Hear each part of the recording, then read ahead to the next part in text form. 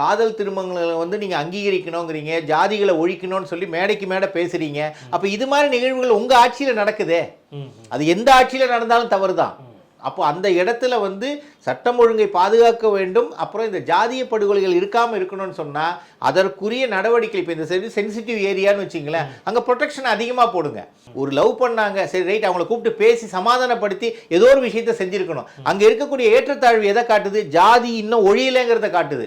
அப்போ இந்த ஜாதி ஒழியலைன்னு சொன்னால் அது நீங்கள் ஜாதியை ஒழியணும்னு சொல்லி மேடதோறும் போட்டு பேசிட்டு இருக்கீங்களே தவிர ஜாதியை நீங்கள் ஒழிக்க எந்த முயற்சியும் பண்ணலைங்கிறது இதுலேருந்து தெரியுது. சமத்துவத்தையும் சமூக நீதியும் பேசுகிறாங்க. அப்போ அடிப்படையில் வந்து அதிக கொலை நடந்துட்டு இருக்கிற ஒரு மாநிலமாக தமிழ்நாடு மாறிக்கிட்டு வருது. அதுவும் ஆணவ கொலை அப்படின்னும் போது இதுக்கான ஒரு சட்ட திட்டத்தை கொண்டு வரணும் அப்படிங்கிறத பேசாமல் இருக்கிறதுக்கான காரணம் என்ன சார்? இல்லை, தவறு வந்து உங்கள் ஆட்சியில் நடக்கும்போது நீங்கள் பேச மாட்டீங்க இல்லையா? அதை சரி கட்ட தானே பார்ப்பீங்க நீங்கள். அதாவது தமிழகம்ங்கிறது அமைதி பூங்கான்னு பேர் பெற்ற மாநிலமுங்க, ஆன்மீகத்துக்கு பெயர் பெற்ற மாநிலங்க. ஆனால் இன்னைக்கு எப்படி நடக்குது? தினமும் ஊடகம் வாயிலாகவும் செய்தித்தாள்கள் வாயிலாகவும் நமக்கு என்ன தெரிய வருது? இந்த இடத்துல வழிபறி நடந்துச்சு, இந்த இடத்துல கொலை நடந்தது.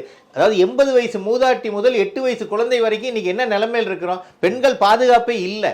அப்போ பெண்கள் பாதுகாப்பை உறுதி செய்ய வேண்டியது யாரு? காவல்துறை. அப்போ எல்லாருக்கும் பாதுகாப்பு கொடுக்க முடியுமான்னு கேட்டால் இருக்கிற பாதுகாப்பையும் பலப்படுத்த வேண்டும்.